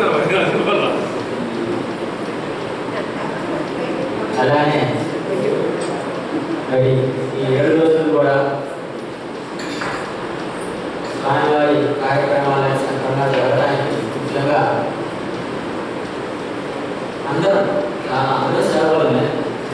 సేవకులందరూ కూడా సమిష్టిగా ఈ శక్తితోటి సేవ చేశారు. వాళ్ళందరికీ కూడా ముఖ్యంగా నా తరఫున మా సమాజం తరఫున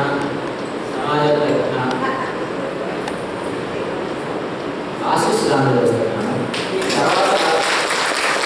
తర్వాత వాళ్ళకి ధన్యవాదాలు తెలియజేస్తున్నాను. ఇకపోతే ఇక రేపటి కార్యక్రమంలో మార్గ పూర్ణాహుతి 10 నుంచి 12 గంటల వరకు మరి ఎవరైనా లక్ష్మీ నారాయణ వారు ఉష్ణ పట్టణంలో ఉన్నట్లయితే ఉండి ఉన్నవాళ్ళు లేదు అని మన కార్యక్రమం ఉంటే స్వామివారి సేవని ఆయన ఇచ్చాడు కాబట్టి ఆ సేవని ఆయన బహుమానంగా ఇవ్వడానికి ప్రయత్నం చేయండి. ఆ తర్వాత నిలబడుతూ మాకు కూడా మాట్లాడుతున్నాం.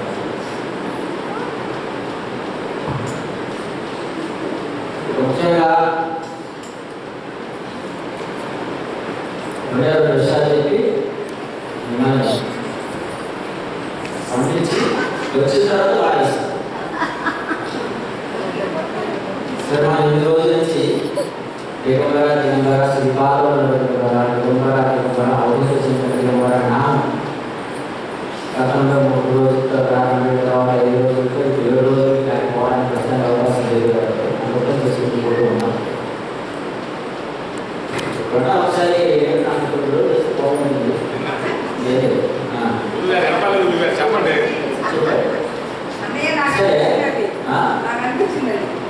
ఏందమ్మా అర్థం కావాలి.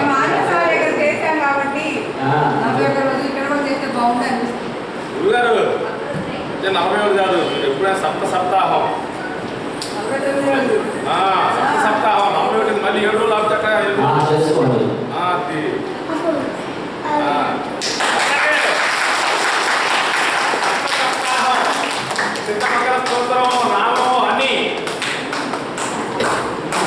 రామం అని చేసుకోవాలి. అప్పుడైనా ఇల్లే ఎప్పుడైనా ఇల్లే కాబట్టి ఏదైనా చేసుకుంటారు. పక్కన వచ్చేవాళ్ళు వస్తూ ఉంటారు. ఏది కాదు కొట్లో గుర్తులేమంటారు. ఎందుకు వస్తుంది సాల్వ్ తక్కువగా ఉండే సాల్వ్ నాలుగు అట్లా ఉంటే వస్తుంది. కొంత వేరే విషయం చెరువు బాగుంది. నా ఉద్దేశం నీళ్ళు మారచ్చు, దాంట్లో ఉన్న జీవాలు మారచ్చు, చెరువు మారదు. మనం చెరువులాగా ఉండాలని కోరుకుంటున్నాం. అలానే ఈ దిగంబర నామం చెప్పుకుంటూ ఉన్నాం. చాలా విశిష్టత ఉంది. ఇదే నామాన్ని గత 22 సంవత్సరాల క్రితం దాదాపు మన గోపాలస్వామి గుడిలో ఉండడంలో అప్పుడు చాలా వరకు తెలియదు. నా మాత్రం తెలిసి అనుకోవద్దు. నేనేదో తిరుగుతున్నాను అలాంటి నేను కూడా నవ్వుకున్నా. దిగంబరుడు ఏది దిగంబరుడు నామని మన నాగేశ్వర కదా. అంటే మన ఉద్దేశం దిగంబరుడు సాధ్యం ముడిమావాడు నాకు నాకు తెలిసి మాట్లాడుకోవాలి అనుకున్నాను. ఎందుకంటే పట్టాలి కాబట్టి జరిగిన విషయం కాబట్టి మనం తెలియజేసుకోవాలి. నలుగురు చాలా మంది నాకు నామం చేస్తున్నారు. నా ఆనందంలో ఆ రోజు అనుకోవాలి నామం చేస్తున్నారు. సహజంగా మన మాత్రం అప్పట్లో 22 సంవత్సరాల క్రితం గోపాలస్వామి మొట్టమొదటిసారి దిగంబర నామం. అప్పుడు దిగంబర శ్రీపాదంలో దిగంబర మాత్రం నామం చేస్తుంది.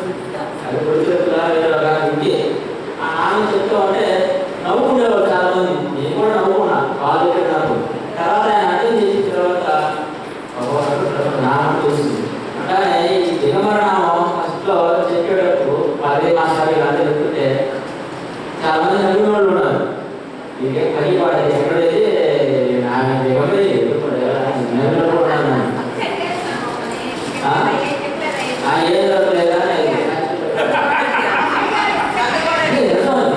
అంటే నా జ్ఞానం ఎంతవరకు తెలిసిందంటే ఒకరేం తీసుకుంటాను పెద్ద ఉదాహరణ చెప్తున్నాను. మా గురువుగా రామకృష్ణాచార్య ఆయన శైలి అనుభవం చెప్తున్నాను. ఇవన్నీ ఉన్నది ఏం చెప్పాడు మాస్టర్ ఒకసారి అయితేనే సత్సంగాన్ని వీటికి పిలిస్తే రమణ ఆహ్వానం చేస్తే వెళ్ళారు. వాళ్ళు వెళ్ళే ముందు ఏమన్నారంటే అంటే గురువులు వస్తున్నారు కాబట్టి మేము గురుపాఠంలో బాగా చేస్తున్నాం కాబట్టి మీరు వచ్చి మంచి విషయాలు చెప్పండి. గురువులు వస్తున్నారు నేను ఎందుకు అన్నాడు. కాదు నేను రావాలి అని చెప్పాను. సరే ఇక్కడ వీళ్ళకి ఏం చెప్పాడు వాళ్ళ రామకృష్ణ ఆచార్య గారు మంచి ఆచార్య గురువు గారు జాగ్రత్తగా ఉండాలి అన్నారు. ఇక్కడ గురువు గారు స్కెచ్ చేసుకున్నారు. సుమారు 60 ఉంటారు మాకు అలా కథ ఉంటాయి. ముఖ్యంగా వృద్ధాశ్రమాన్ని చేతిలో మాట్లాడి చేతులు తీసుకోవడం ఒకటి గురువు అంటే రకాలు ఉండాలా కష్టం ఎలా ఉండాలా ఎవరైనా గొడ్డ కట్టుకోవాలా బాకీ ఉండాలనేసి వాళ్ళ ఐడియా ఉంది. వాళ్ళ పదార్థం సినిమాలు అలాంటి వాళ్ళకు కాదు. మనందరం వాళ్ళకి గురువు అంటే ఏమనుకుంటాం అలా చూపించుకున్నారు. మాస్టర్లు ఆయన వాడు ఆయన వెళ్ళిపోయాడు. ఆయన వెళ్ళాడు చేయని కూర్చున్నాడు. ఈ రోజు వాళ్ళు వచ్చి ఆ కార్యక్రమం చూసి గురుగారు వస్తున్నారంటే రాలేదన్నాడు. చెప్పమంటారా మాస్టర్ అంటే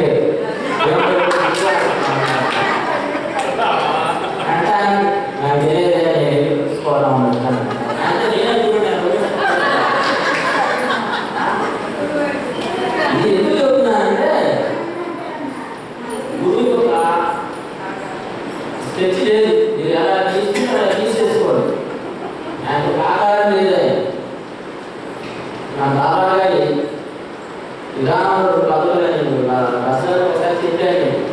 విగ్రహ రూపం ఉంది సమాధి రూపం అని. అంటే గురువు సాకారుడు విగ్రహ రూపంలో నిరాకారుడు మహాసమాధిలో.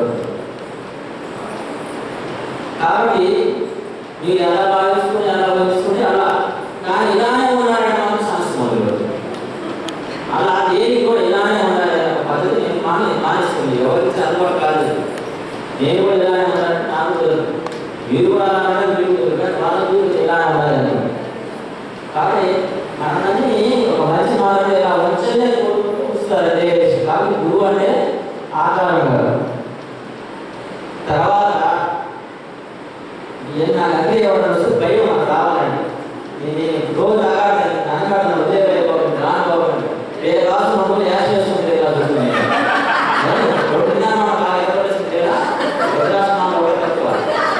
అది కాదు. గురుగారు మామూలుగానే చెప్తా వస్తున్నాం మన మందిరం గురించి గురుగారి గురించి అక్కడ జరిగే సిచ్యువేషన్స్ గురించి. అయితే లోపల గురుగారు ఆనందిస్తానే ఉన్నారు. నేను చెప్పాను మరి రోజు వాళ్ళు వెళ్ళలేదు నాకు తెలియదు. నేను వచ్చారు ప్రసంగం చెప్పారు. ఒకసారి మీ గురుగారు పిలిస్తే సరే పిలుస్తానంటే కిందకి వెళ్తాను. కాదు వాడికి వెళ్తే ఆల్రెడీ గురుగారు అక్కడ ఉన్నారు. సరే సన్నాలు ఇచ్చిన తర్వాత గురుగారు ఇక్కడే ఉన్నారు, నేను ఇక్కడ ఉన్నాను. సరే మీ గురుగారిని చూపించారు. మా గురుగారండి అంటే అయ్యి బాబోయ్ అయ్యి బాబోయ్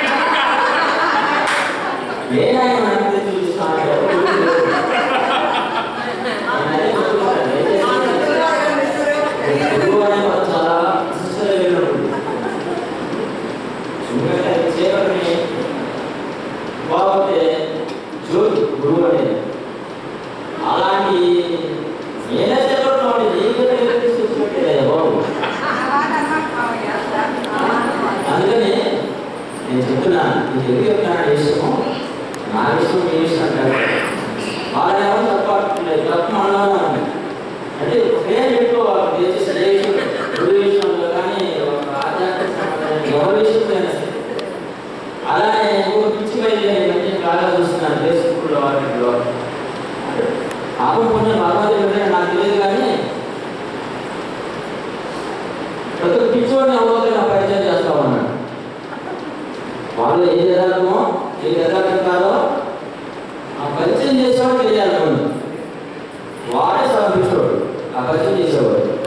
వారు మనల్ని ప్రజలు చేస్తారు, మనల్ని నేర్పించుకోవాలని అది నమ్ముతున్నాను కాబట్టి. కానీ నమ్మకాల బుద్ధిగా పోవాలని ఎందుకు చెప్తానంటే వచ్చే రోజు మంచి రోజులు కాదు. నారాయణ వీధి దగ్గర పెట్టి బ్రహ్మాండ జనాలు దాచుకుంటే అయిపోయినట్టు ఒంట్లో మొత్తం వెళ్తూనే అది పోయేదానికి కూడా ప్రయోజనం లేదు. కాబట్టి మీరు జాగ్రత్తగా ఉండండి. మనకు ఆయన ఉన్నాడు, ఆయన ఏ రూపంలో వస్తాడో ఏదైనా పక్కన పెట్టు. మనకి ఎప్పుడు నేను చేసే కార్యక్రమానికి ఎవరి రూపంలో ఏ వ్యక్తి వస్తాడో ఆయన ఆయన ఆయన ఒక ప్రత్యేక ఆకారం లేదు. ఏమైనా ఆయన వచ్చాయని ఏం లేదు కదా. మనం ఉన్న సంకల్పానికి పెద్దోడు రావచ్చు, పెద్దోడు రావచ్చు, పేదోడు రావచ్చు, ఆకారానికి సంబంధం లేదు. ఆకారానికి బయటపడండి, అప్పుడు ఆనందంగా ఉంటారు. పడలేవులే దేని తీసుకుపోయింది. సరే, ఒక విషయం నిలబడి నామం చెప్పుకుంటున్నాం. మనం అసలు శ్రీపాద అంటున్నాం కదా, మనం శ్రీ పాద అంటున్నాం. ఆలోచన మొత్తం అంటే ఇది పాపాలన్నీ నోడుకున్నాం మనం. అంటే గ్రహించేది, మనకు పాపాలను గ్రహించేదే ఆ శ్రీ పాద. అయ్యా ఆయన శ్రీపాదులు అనుకోండి, సద్గురు పాదులు అనుకోండి, ఏదైనా అనుకోండి. శ్రీపాద అంటే మనలో ఉన్నటువంటి సర్వకామాలను కూడా గ్రహించేసేటువంటి ఆ 2-3 అక్షరాలు మొత్తం. కాబట్టి గురు పాదాలు అంటే గురు పదములను గట్టిగా పట్టుకోరు. గురువు గారి పాదాలు పట్టుకుని ఎదురుపడి పట్టుబడి ఆసుపత్రిలో కాచుకున్నారు. గురు పదములు పట్టుకొని ఆయన చాలా సంతోషపడతారు. బాబా గారు పూజ చేయడం కాదు, ఆయన ఏం చెప్పాడు దాంట్లో ఒక మనం ఆచరించగలిగితే ఆయన సంతోషం. ఇప్పుడు నేనున్నా మీరు నాకు ఏది దాని చేసినా నాకు సంతోషం ఉండదు, లేదా మీరు ఏం చేసినా నాకు సంతోషం. నాకు ఎంత సంతోషం ఉందంటే ఏదో ఈ కాసేపు పోరాటమా లేదా పని చేసి పెట్టుకున్నాయా చెప్పి చక్కగా చేస్తే అప్పుడు నాకు సంతోషం ఉంటుంది.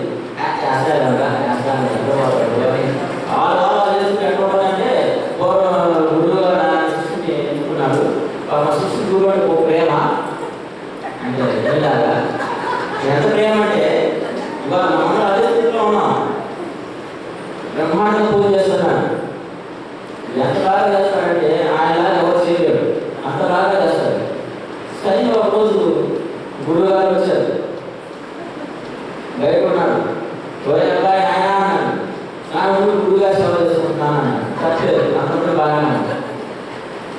ఆయన కాళ్ళు ఎప్పుడు పుడుతున్నాయి కాళ్ళు బాగా సపోర్ట్ చేస్తుంటే కాళ్ళు ఎదురుగా ఉన్న మనిషి ఆయన ఆపవద్దు దాన్ని నివేదన చేస్తున్నాడు. అక్కడ ఆయన ఉన్నాడు అక్కడ. కానీ మన ధ్యాస చూపిన అట్లా ఉంది.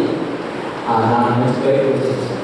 బయటకు వచ్చి చక్కగా ఈ విశ్వాసంలో చాలామంది రూపంలో, చాలామంది మహాత్ముల రూపంలో, అర్థజ్ఞాని వాళ్ళ రూపంలో కూడా అలాంటి వాళ్ళ రూపంలో స్నానాలు నిరంతరం సంచరిస్తున్నారు. కాబట్టి ఆ శ్రీపాద విజయానికి రాష్ట్రానికి అడగాలని మరొకసారి సాయి వాళ్ళ అందరికీ ఆశిస్తులు అందిస్తున్నాను. ఆకలి ఇన్న తర్వాత చక్కగా స్నానం చేసుకున్నాను. రేపు చెప్పాక ఎస్ఎల్ ఉంటే ఉన్నవాళ్ళు రండి. నేను 12 గంటల వరకే అందుబాటులో ఉన్న 12 తర్వాత ఉన్నాను. రేపు ఒక ముఖ్యమైన రోజు అయినా ప్రతి సంవత్సరం నాకు అదృష్టం. చివరి రోజుల్లో దునియాకి గురువు, ఎవరికి గురువు ఉన్నాడు ఆయన తెలుసు. మామయ్య గారు అంటారు, బాబాయ్ అంటారు, ఏమో అనుకుంటారు. ఆయన పెట్టిన శిక్షే నేనన్నా. ఇవాళ మనం ఎన్ని చేసుకోగలుగుతున్నా అంటే నా గురువు నా తల్లి. ఆయన ఇచ్చినటువంటి ప్రధానమైనటువంటి ఆ గైడెన్స్ వల్ల, ఆ మార్గదర్శకాల వల్లనే ఈరోజు మనం చూసుకోగలం. భగవద్గీత ఆశిస్తుంటే వ్యక్తిగా మనం చెప్పుకోవాలండి. అలాంటి నాన్నగారు నా పరంగా నాన్నగారు చెప్పుకోవాలి, ఈ పరంగా అందరి పరంగా గురువు గారిని చెప్పుకోవాలి. ఆ గురువు గారికి బాగా ప్రతి సంవత్సరం చివరిలో ప్రతి సంవత్సరం చెప్పాలి.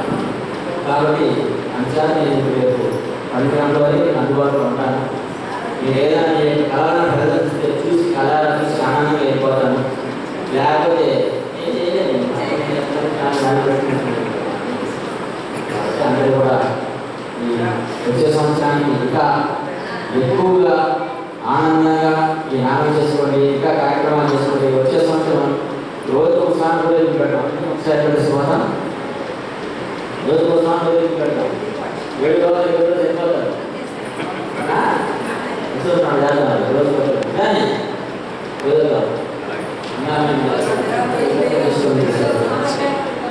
అలా చేసుకున్నాం. వచ్చే సంవత్సరం ఇక మాత్రం కార్యక్రమం మామూలుగా మా దృష్టికి స్వామి ఆయన రాలేకపోయారు. పరిస్థితి కాకుండా స్వామివారు కోలాటం వల్ల టైం వాళ్ళని చెప్పి అనుకున్నాడు. కోలాటం వల్ల టైం వల్ల కాదు స్వామివారు పెరిగారు. కాబట్టి ఈ కోలాటాన్ని వినియోగించుకోండి. లెక్కైతే ఆయన వచ్చారంటే మనకి ఛాన్స్ లేదు. వాస్తవం ఈ అవకాశం కోసం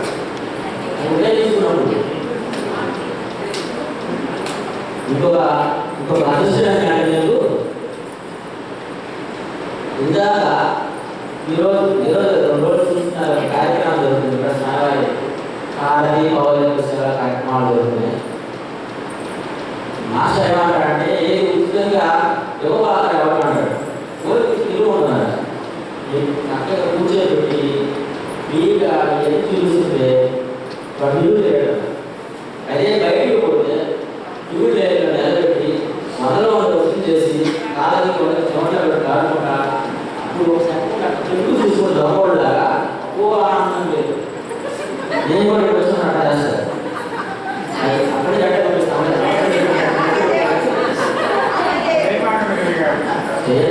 నన్ను చేయకూడదు.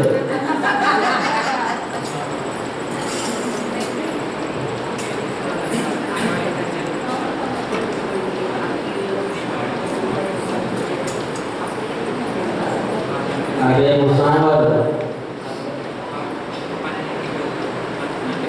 స్నానవారు విశాఖకి వెళ్ళాలట. ఇప్పుడు పండుగ రోజు కదా. స్వామి ఒకటే సమయంలో 8 ఏళ్ళకి భిక్షకు వెళ్తారు. దీపావళి కదా, క్రిస్మస్ ఒకటే సమయంలో 8 చోట్ల ఉంటారు స్వామి. కాబట్టి రేపు భిక్ష మేము మాత్రం 8 మంది వస్తాం. ఒకటి మనం 8 ఏళ్ళు కాలేదు. 3 గంటలు కొట్టుకోవాలి. ఇక్కడ కూడా సమస్య నువ్వు ఆయన ఇంటికి పోయి నేనే పడాలి అదే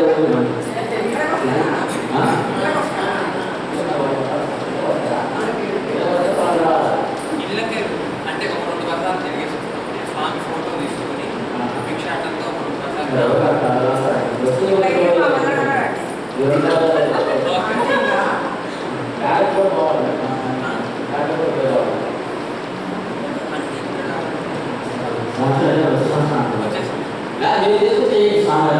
బయట నుంచి వచ్చేవాళ్ళు ఇక్కడ లోపల బయట నుంచి రావడం వాళ్ళ ఇబ్బంది అవుతుంది.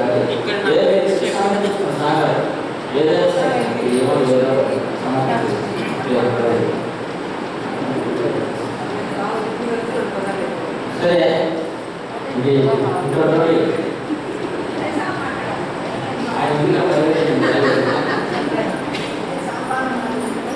అందరూ చక్కగా చేసుకొని గొప్ప అదృష్టం. ఈ సన్నివేశం మీరు ఒకప్పుడు ఏ సన్నివేశం నేను చూసుకోవడం కోసం ఎంత తప్పని పడ్డానో, ఎన్ని ఇబ్బందులు పడ్డానో అది చూడడానికి, ఎన్ని తప్పులు చేశానో నాకు తెలుసు. అనుభవించాలనుకుంటున్నా. నాకు అది ఇష్టం. అటువంటి సన్నివేశం నేను ఈరోజు చూడగలిగాను. మళ్ళీ చాలా సంవత్సరాల తర్వాత 10 సంవత్సరాల తర్వాత వీళ్ళ పార్టీ వయసు ఎంత అనుకుంటారు. ఆ వయసు చెప్తున్నా. అంటే ఈరోజు మళ్ళీ ఇప్పుడు మళ్ళీ సంవత్సరం మీకు చూసిన కార్యక్రమం ఏదో అనుకుంటున్నారు. ఇంకా ఒక నిమిషం మీరు అందరూ సైలెంట్ ఉన్నారు బాగా. సరే అది అనుకున్న సమయం. ఎప్పుడైనా గుర్తుపెట్టుకోండి. కార్యక్రమం అయిపోయింది. స్వామి కార్యక్రమం అయిన తర్వాత కనీసం ఒక 5 నిమిషాలు ఎంత రిస్పెక్ట్గా ఉంటే మీకు అంత శక్తి వస్తుంది. అక్కడ స్వామి యొక్క వైబ్రేషన్స్ ఏమవుతాయంటే తిరుగుతూ ఉంటుంది. ఆయన కార్యక్రమం ఆశిస్తున్నా మనం పరిశుభ్రమైన మాట్లాడుతుంటే అట్లా విచ్ఛిన్నం అయిపోతుంది. అదే మనం నిశ్చితంగా ప్రశాంతంగా ఉంటే అలా. కాబట్టి గుర్తుపెట్టుకోండి. ఎక్కడికో జరిగిన ప్రశాంతం మీకు ప్రశాంతంగా ఉంటుంది. కార్యక్రమం ప్రశాంతంగా వచ్చింది. అలానే మరి అందరికీ కూడా ఒకసారి ఈ కార్యక్రమం చిత్రంగా నిర్వహించినటువంటి కార్యకర్తలకు కానీ సేవకులకు కానీ భక్తులకు కానీ విమర్శించిన వాళ్ళు కూడా బాగా ఆ సభ్యుల యొక్క అనుగ్రహ ఆశిస్తులు ఉండాలని కోరుకుంటూ అందరికీ దీపావళి శుభాకాంక్షలు ముందుగా తెలియజేస్తూ వచ్చే సంవత్సరం చేసుకుంటామండి ఎరువులు చేస్తాము లేదు ఇంట్లో కాదంటే కనీసం మా ఇంట్లో కన్నా అవకాశం ఉంటాయి ఎక్కడైనా సప్తాహం జరగాలండి జరిగేటట్టుగా మీరు ఆలోచించండి అని అడిగితే అప్పుడు 5 రోజుల తర్వాత 7 రోజులు జరిగేది ఇంకా అద్భుతంగా ఉండాలి. అంటే జరిగే కార్యక్రమం అంతకుముందు జరిగే కార్యక్రమం ఇల్లు తగ్గించుకుంటూ ఇల్లు తెచ్చే విధంగా ఉండాలి. ఆ విధంగా మనం ప్రయత్నించాలి. మరి ఈ రోజు వాతావరణ పరిస్థితుల్లో మనం చేయలేని పరిస్థితి, మనం గట్టిగా రమ్మని పరిస్థితుల్లో కాదు. కాబట్టి దాన్ని గమనించుకొని మనం పెడదాము, ఆలోచిద్దాం. తీరా ముందు నెలలో సిద్ధ నక్షత్రం వచ్చింది, చిత్త నక్షత్రానికి నామం పెడదాము విలువ పెట్టి. ఎందుకంటే సభ్యులు వచ్చేదానికి బట్టి తర్వాత స్టెప్ తీసుకున్నాం. సభ్యులు వచ్చిన 3 రోజులు అనుకోండి. నేను అనుకున్నాను చాలా హ్యాపీగా కాదు ఏం చేయాలి బాబు అని చెప్పి అనుకున్నాం. హెల్బాబు గారు వచ్చి కూర్చున్నాను అనగా ఏమైనా ఎంతమంది వచ్చారు ఏంటి అని గురువు గారు ఏం చేద్దాం గురువు గారు గురువులేవు గురువు గారు పరిస్థితి మనం చేయాలి. వీళ్ళు మాట్లాడాలి వెళ్ళారు కానీ రావాలి ఫ్రీజింగ్ కానీ అయితే